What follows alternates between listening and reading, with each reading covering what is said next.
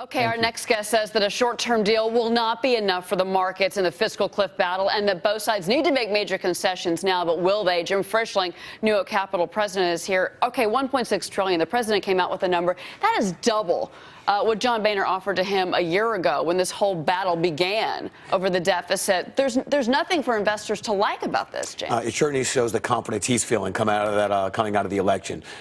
He has made the raising of taxes on the wealthiest of Americans a big part of his campaign. It was debated, and he's now come out guns a-blazing on this issue, willing to negotiate on other things, but wants that to be part of any compromise.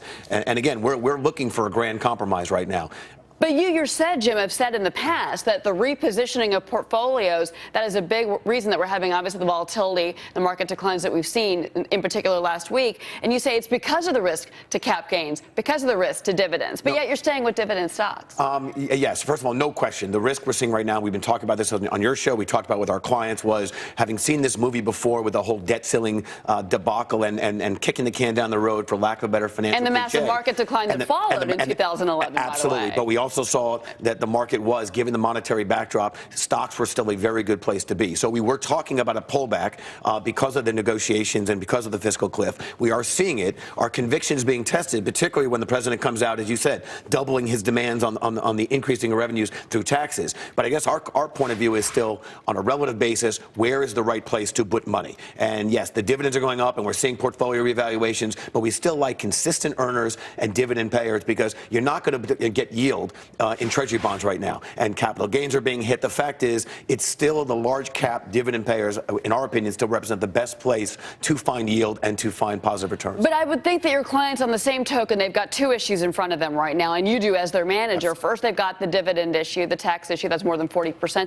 And then you've got the fact that a lot of your clients are most likely high-income earners who are going to be attacked, and I call it an attack by the president, $1.6 trillion that he's talking about right now. He wants to go over the wealthy. He wants to go over your clients. Go after your clients. No, this is a tough place to be. But again, I'll say this: if there is no grand compromise, if they do try to push this forward, the Bernanke put, as we look at it, the monetary policy is not enough to hold this up. It's to keep this market going. With that in mind, one of the things that we have been considering is, if we're wrong and a compromise is not reached, we do think the stock market in that case is under a lot of pressure. But we are convinced that. What does that mean, though? Give me a number on this. I mean, that is what we're not getting at this point, is numbers of what kind of market we're going to have if they don't make a deal. What are we looking at, Jim? I mean, I'm putting this in ranges, but I would not be surprised by anywhere from a mid-teens to 20% pullback if we just decide that we cannot come to terms. I will tell you, the Republicans are at risk right now more than the Democrats, because of what the midterm elections that are only 2 years away. The fact is, they will be seen as the obstructionists more than the Democrats. So that's one of the reasons we do feel a deal will be reached, but they're going to have to give on the taxes. Yes, that's just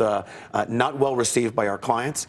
It's not well received by a lot of folks we deal with, but the fact is, if we look at what President Obama did with health care and the conviction and the jamming that thing through, we have a hard time thinking that increased taxes on the wealthy is not going to be agenda number one for him, now that he's been reelected. Alternative investments. I think that's the next topic for everybody. Jim Frischling, thank you very much. Appreciate it. Absolutely. Thank you.